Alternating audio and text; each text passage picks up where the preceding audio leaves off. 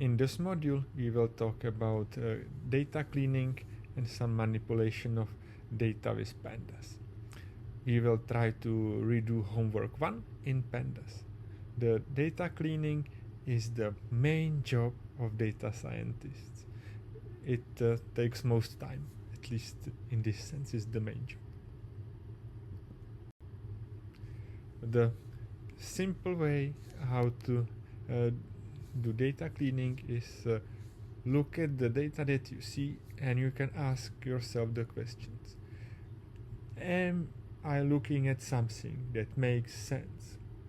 Are the data that you see reasonable? Right?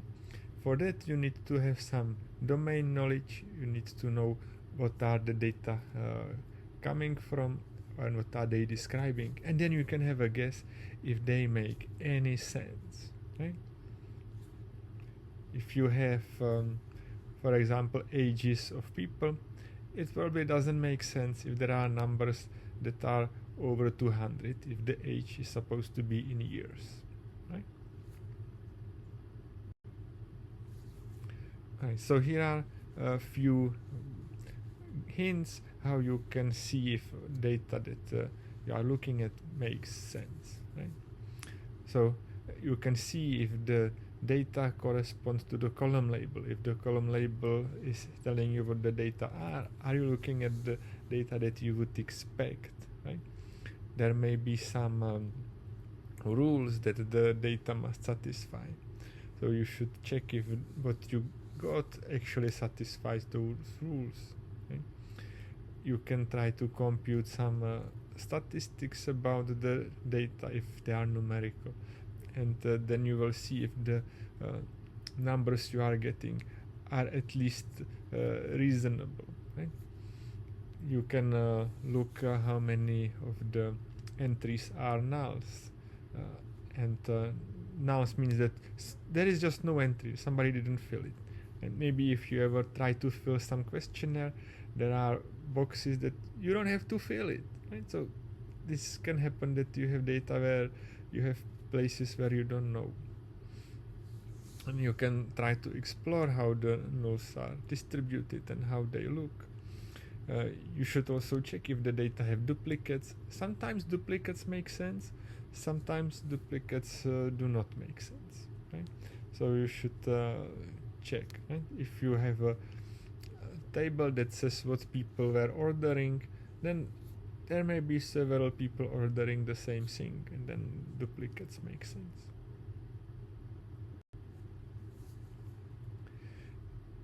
What to do with the not number values or with values that are wrong is that you can correct them, but you should be careful.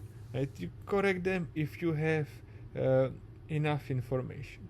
You can try to correct typos, or if somebody obviously made a mistake with the decimal point. Right? Mistake with decimal point happened in the spinach. That's why people think spinach was very healthy, because they reported it was much healthier than expected by wrong decimal point. Right. And when you do data cleaning, use the tool that makes sense to use. Right? If you have small number of records and it should be relatively simple one-time job, and you need to do a lot of things manually, then Excel may be a good choice. Right? If you need something where you have to show how you did the cleaning and how you modified the data, and maybe you have to do it over and over, and if you need cleaning, you need to do some more elaborate procedure, the Python may be much better. The Python notebook keeps track of things you are doing, so it's easy to try to redo what you did. Right? So please just pick the tool that is reasonable. Right? Don't try to do everything in Excel. Don't try to do everything in Python. Do it in whichever is better for your task. Right? Another thing that you can do if you don't have enough data or the data is weird, you can ask whoever gave you the data. Right? So don't be afraid to ask whoever provided the data, and maybe they'll give you better one, or you can get some answers about how the data should be filled. Right? So especially if you are working with some actual client, it's best to ask. Much better to ask than try to guess. Maybe it will save you troubles in the future. Right? So communicate with the source if you are not happy with the data you got. Right, so now we will try to do practice with the Lemonade homework. We'll load the same data into the Panda sheet and we will try to look how the data set looks like. Right, we'll try to redo homework 1 in Pandas. If you remember, it was the homework about Lemonade sales. First we'll import Pandas, and I also import the matplotlib because we will try to draw some pictures later. Right, so here we get the data frame. Now how do you load the data? Here is a simple way. I put the data on my website over here, so you can say data URL. I put it here as a variable, and then I can do df pd.read csv, comma separated, and you can put the URL there and it will download it. Right? If you have the thing running locally, you can of course write the URL of the file when the Python is running. Right? So you can try to run this. So it loads the file and then now displays it. So here you see how the data looked like. Right? Right. So now for quick inspection, we will try to look how it looks. So info. It says there are several columns, some objects, integers, floats, right? Corresponds to what was the data in the that we collected. You have to describe.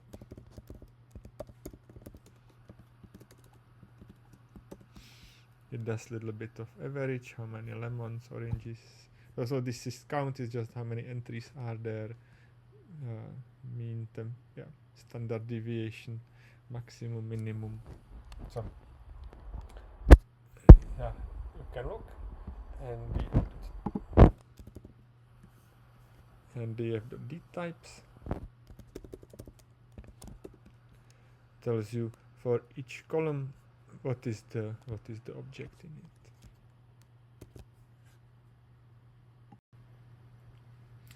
So here's one of the things, if you may remember that there were some missing entries in the data. So here is a question: how to find all missing values. Right? So you can try to ask is an A, and it will tell you if there is a missing value, and if you do it with sum, it will show you how many missing values are in each columns. Now we can try to find missing values. If I want to see where are the missing values, I can select the column from a data frame. So I have data frame, and then I type the name of the column in the square brackets, and then either you can use dot not null or dot is NA, where NA if there is its missing value, and this will give you a series like on the left that is true false whether the entry is there or not. Right? So if you select a particular column, this will tell you which rows are the ones that are missing. If you want to do it over all columns at once, you can first call the df .isNA. It will give you a data frame where every value is replaced by true or false. It's true if it is not there, and then by default this will do a column. If you change x is equal 1, then you will get a series that has true or false entries, and true is if the particular row is missing at least one value, and then if you wrap it around the data frame with square brackets, you will get exactly the rows that have at least one missing values. We have our data frame loaded. Let's now see if it has any missing values. If I have here df is an a, maybe I can look at the data frame first. The frame is an a, and it will return true, false for each entry if it is null or not. Okay. So here we have one sum. We sum them up, then we know that there is one date missing and one leaflet missing. Right. Identify rows where date is missing. So df date. Now we have the row that has the column that has dates. Is an a. Hop. It will tell me true, false. And now is the nice trick. Call data frame on this series that is true, false, and it will return only the entry that was true, which was the one that is missing. So now entry with index 8 is the one where the date is missing. Okay. Show one more thing and how to do all the missing entries. So let's do the data frame is an a. All right. Do dot any. If you call any, then it will show if there was any true for the different columns. I don't want it in columns, I want it in rows. So I want axis 1. Now it is in the first axis, and I will use the same thing as before. I wrap it with the data frame, and now I see where are all the missing values. In row with index 8, the date is missing. In row with index 20, the number of leaflets is missing. Oh, here is the one entry that is missing a date. Right? One could perhaps guess what the date should be because they are nicely ordered and one is just missing. So you can try to manually fix it by saying row and column and assigning the value to it. Okay. First we'll try to fix the missing date. So if I execute this, just to check, the missing date is on row with index 8. So if you do df log 8, it gives you the missing date. Alright, I would like to know what date it is that is missing, so maybe you can do 8 to 9 or 7 to 9, 7, 8, 9. So here I would guess that the value that I want to put in is 7, 8, 2016, right? It looks like the right number to put in. Here, remember, oops, that if I write here ilog, it will show 7, 8, so I have to do 7, 10, because the last one is not included. Alright, so now how you can assign to it. So let's say I have 8 and I have ilog, so the date is in the first column. That was this thing. df.log 8, and the date would be the other option, also none. Right. So now I will try to do the assignment. Either this way or this way works. Either's fine, right? And I will comment this out. And now, if you look at the f is NA, the NA is gone. Right? So now the row 8 is corrected. You can also look and see if the value is what we were expecting. Okay, 7/8/2016. You can write here 7/2/10. So these are the dates as they come. Okay? Here is one warning. How you can access the correct entry is also DF. You first select the column date, hop, and then you say, I want index 8.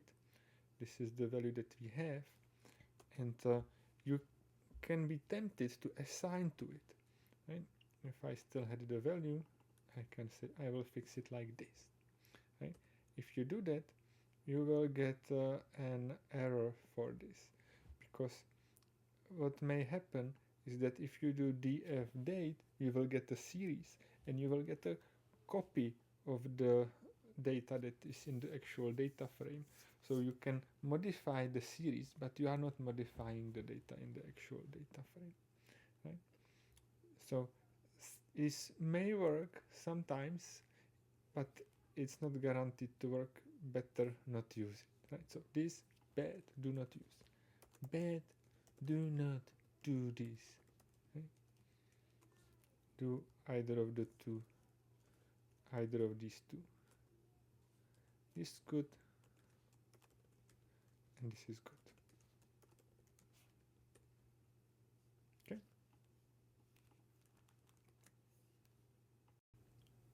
If you are sure how to fix the missing values, and all the missing values should be replaced by a particular value, you can call fill NA, and whatever is the value that should replace NA. So this is useful if you have some particular way of interpreting the missing entry and you want to replace it by something that's not a missing entry. Right? And this will fill all of them with the same value. Very quick. I will try to fix the missing leaflet. Alright, so let's say I will first try to leaflets. Alright, SNA, DF. Now I will look at the, I saw at row 20 and I should replace it by the mean. Right? This is DF leaflets to mean. This would be the mean I can replace it with. Okay, so maybe all the other leaflets were in integers, so maybe around. Now this is the mean. I need to put in 109. Right. So how do I put in 109? Equals, so print mean is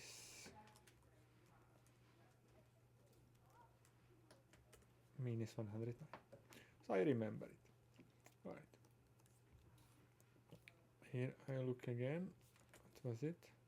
This is the row that is missing the value. There are no others. What you can do is df and you look at location 20 and leaflets.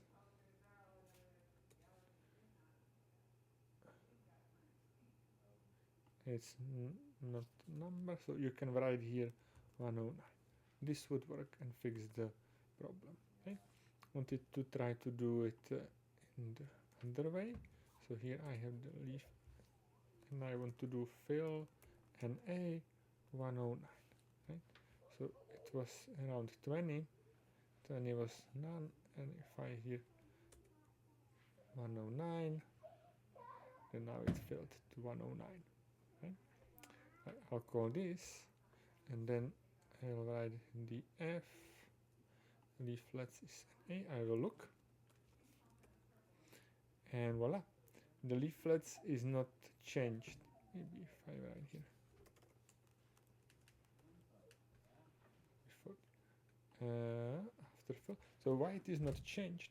It's not changed because created series, and with the fill NA it created a copy. And if you want to, where the NA is replaced by 109, and if you want to fix the original data frame, it didn't fix it because it made a copy, but you can do it in following way, and that is that you maybe, oops, so this doesn't change the F. But what you can do is you can take this thing where you fill the NA and you can assign it to the DF leaflets.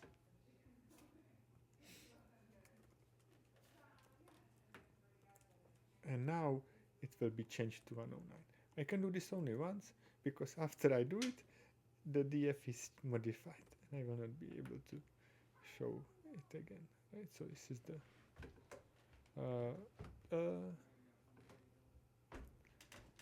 after the change, and here is an A, there is nothing, so all of them are fixed.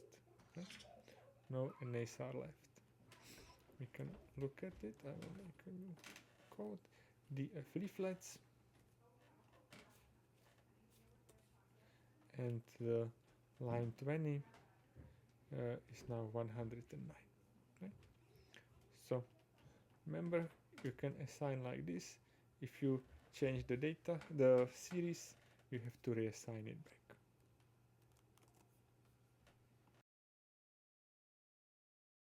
Is that you will have duplicate rows in your data.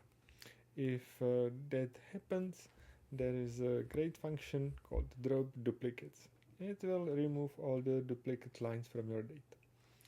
You can say that you want to consider only particular subset of the columns to be checked for duplicates, and in that case you can say if you want to keep the first, last, or none.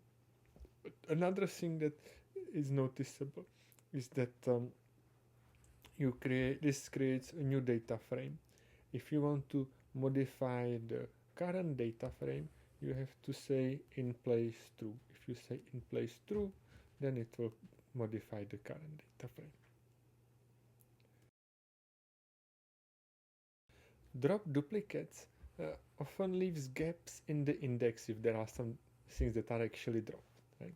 So in our case, the index would no longer be continuous. So what you can do is fix the index, and there is a function reset index. If you call reset index, it will create a new index and move the current index into one of the columns.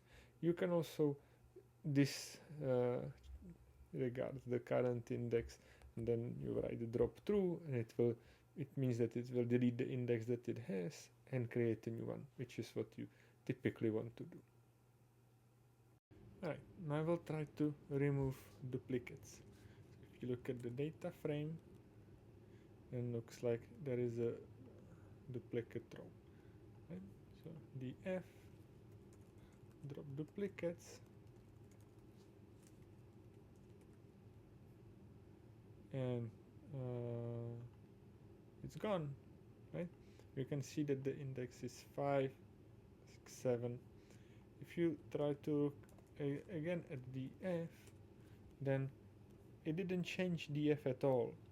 So there are two ways how to actually change df. This is returns a copy, there is no duplicates, and you have two options what you can do.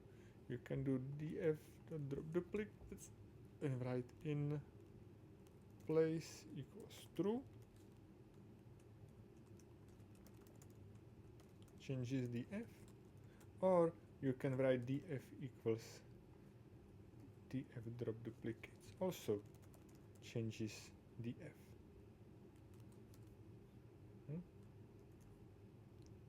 No change to df. Alright, so I'll try one of them, and now if we look at df,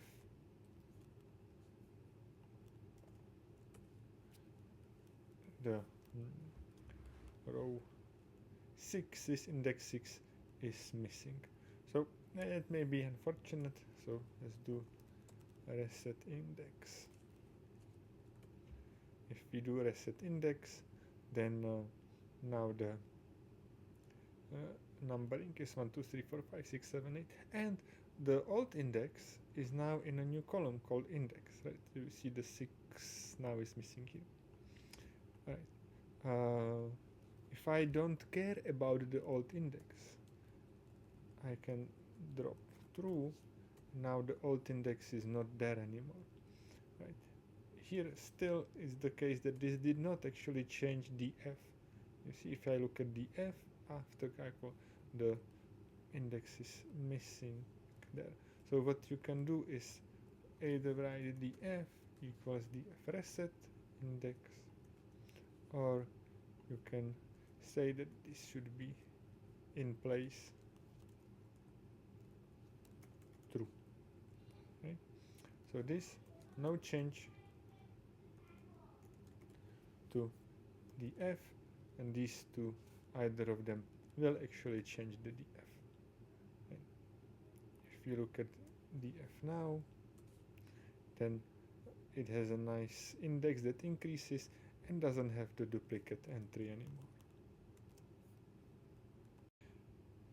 What we just did when we are trying to fix the data in this data frame was not correct, right? I'll try to show why. So what happened is that we fixed the fixed missing value by calculating mean of all the leaflets, and then we dropped duplicates. But if you do it in this way, the mean is calculated incorrectly, because part of the mean is that you are entering the value there repeatedly while it should be only once. So this is wrong order. The correct order is first drop duplicates and then calculate the mean to fill the MAs, right? So again, if we do it as done in this workbook, we are not getting the correct result because the mean is calculated with wrong numbers. So keep in mind that the order of the operations, how you do things, can influence the result. We want to create some derived columns. What you can do is you can make it a series. So here I create series lemons and I add series orange. If you do the plus, then it will sum it coordinate wise. It creates a new series, and I put the new series into the column called sales. It's new one because I just created by assigning to it. And same with revenue. You create the series sales by selecting the column sales. You select the column price. If you do the multiplication, it's dot product entry wise, and then you do assignment to a new column, and that will create a new column in the data frame. Alright, now we'll try to add derived column of sales. So if I look at data frame, I would like to have a new column sales that combines the lemon and oranges. I have to sum them together. So I have df dot lemon. It's a series plus df dot orange. Now it sums these two series together, and if I want to put it into my data frame, I will say data frame the revenue sales is this. Okay, I can look at the data frame to see what happens. And now I have the sales that contains the sum of lemons and oranges. Alright. Next I need the revenue, which is sales times price. So df revenue is the series I will create, is df sales times the price. So it will operate on each of the rows separately, and I will create the revenue as well. So now the column revenue is there, and we would like to know what was the total revenue for the summer, so I can look at the series revenue and sum it up. Bam! 2,138 is the total revenue for the summer. Things, data frame, you can also use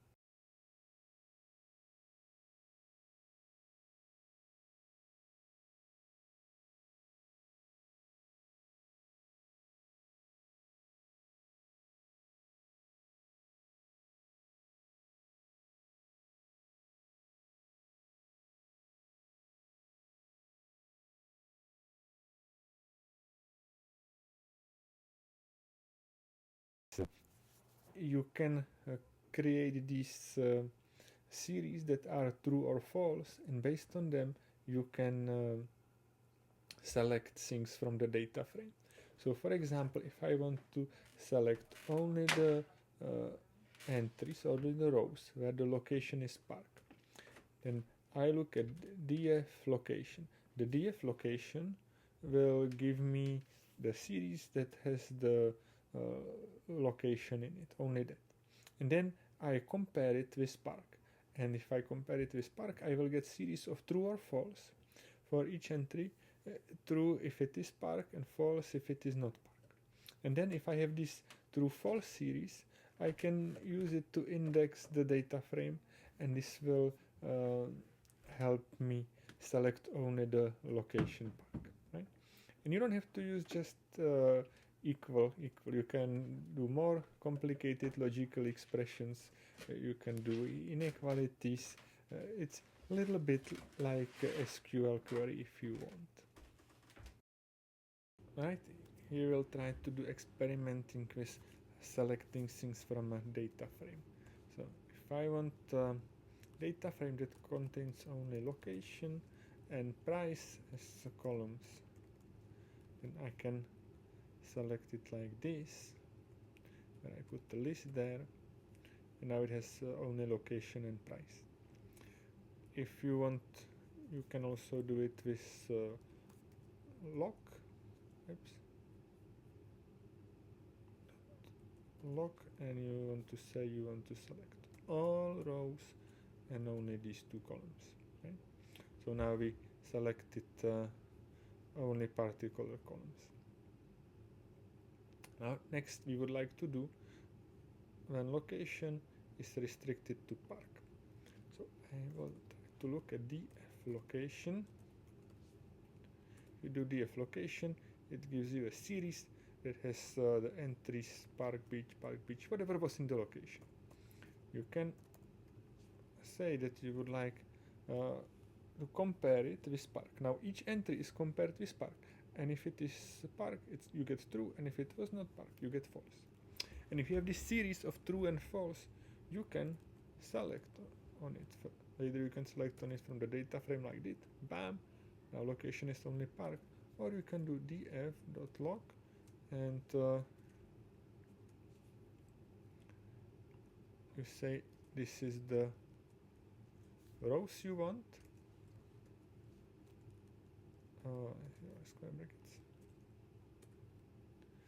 and now you can write what columns you want as well. Lemon, orange. So now you have only location park, and you get columns lemon and orange. This thing with series, you can also compare them. So you can do df temperature, bam, you can say I would like to compare with 75, only keep those that are at least 75. Now this is series that is true false, so you can select on it. Hop, temperature at least 75. It allows you to create some constraints on the entries, and then you can select with it. You can do more complicated things if you want. That is, if you have the equation, the series, you can combine them with AND or negate them. Right, so I will try to do df temperature at least 75. Okay. I will create another series that is temperature at most 80, or maybe, yeah.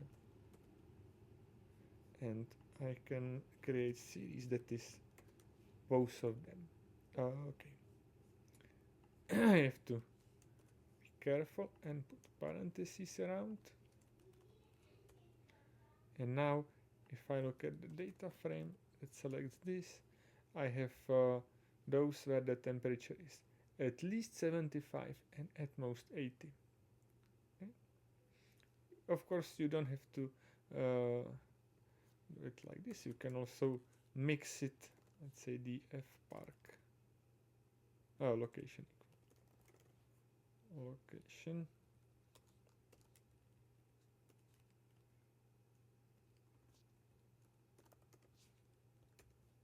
And now I have temperature at least 75 and temperature at most 80 and location park. Okay?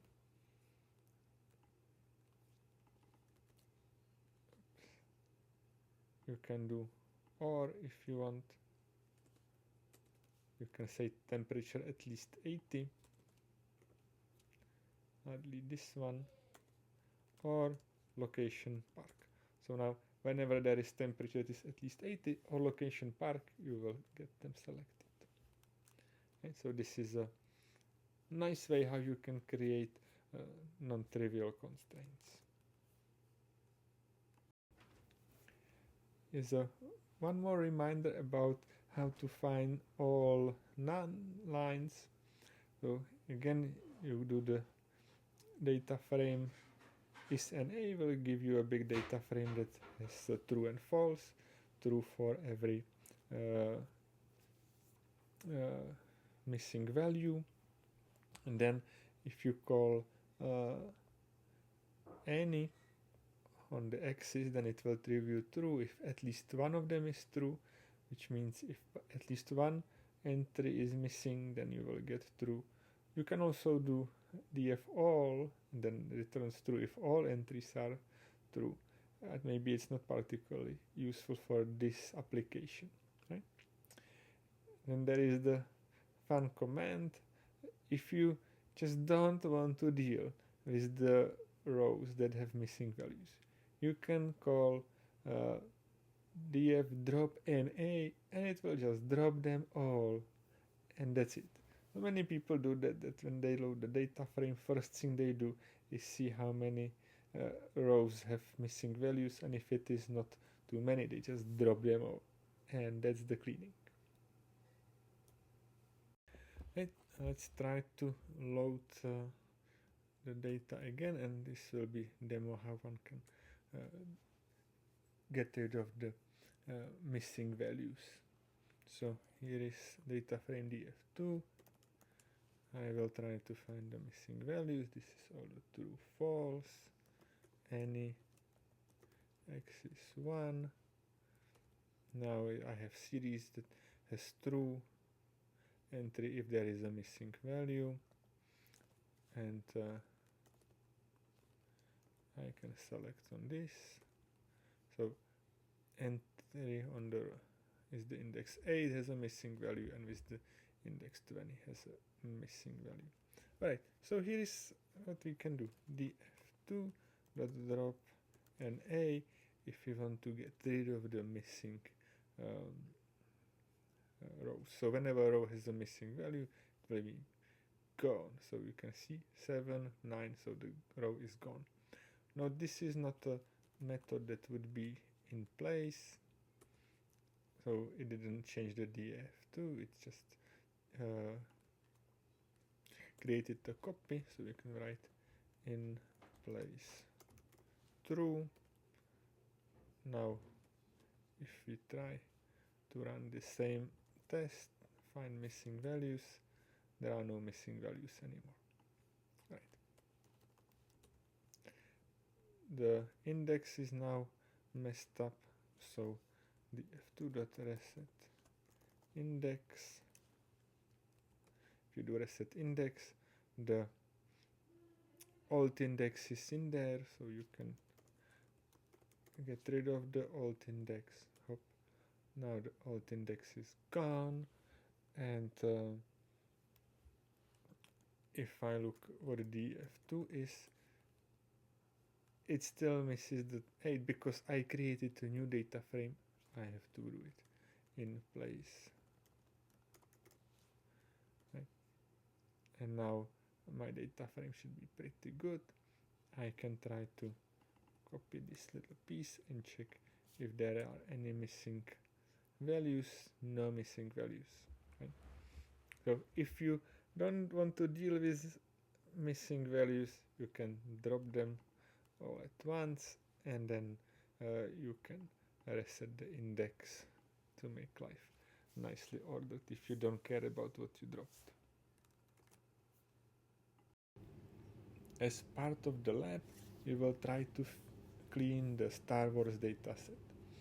The Star Wars dataset is a survey from some fans of Star Wars, and it includes a lot of interesting data, but it is also a little bit messy, right?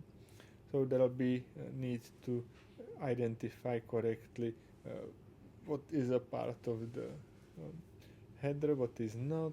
You will need to rename headers, change types, deal with nonce. Right? It has a lot of things that one can work with, and it requires a lot of attention. Here is the first few things that you will do in there. So one of the things is that the headers that are in the data set actually have 2 lines. So the first 2 lines are the column names. So when you read it, if you read it just the most straightforward way, you will have the first one, first row should be part of the header. So what you can do is you can drop the first index. So the first row is index 0, you can drop it, and then you want to reset the index. Another thing that you may want to do is change yes and no to true and false. Many of the answers were there yes, no as strings, and that are not very useful when you try to process the data. If you have true and false, it's much more useful. And also here, if somebody didn't answer, perhaps one could guess that the answer is false. Right? So what you can do is make a dictionary. Here we are making a dictionary that is saying yes is corresponding to true, no is corresponding to false, none corresponds to false. And then what you can do is apply this function map, and if you apply the function map, it will try to translate every entry according to the dictionary. So it will translate it from yes to true, no to false, and p to false. This is a little bit like we had the XLOOKUP in Excel. You may also rename the columns. If you observe the columns, they have very long names, and it's hard to work with them. So what you can do is create a dictionary again here, where you say which column name should be renamed to what. Here the column names were so awful that I just say df columns and I put the index of the column and what it should be changed to. Right? So this is a way how you can rename the columns to make life a little better. Some of the maps are even worse, right? So there are the things where it enumerates the movie if you see it or not, and then instead of saying yes, no, it puts the name of the movie. So now we have to change all the movie names into true, or if there is no movie name, to false, right? So one can use it using the map thing again.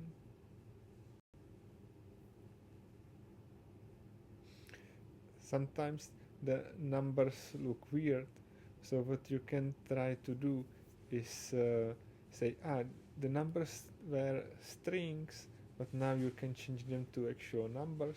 So you can try to say, here I am looking at columns from 9 to 15. It's much easier to write it this way, otherwise the names are awful.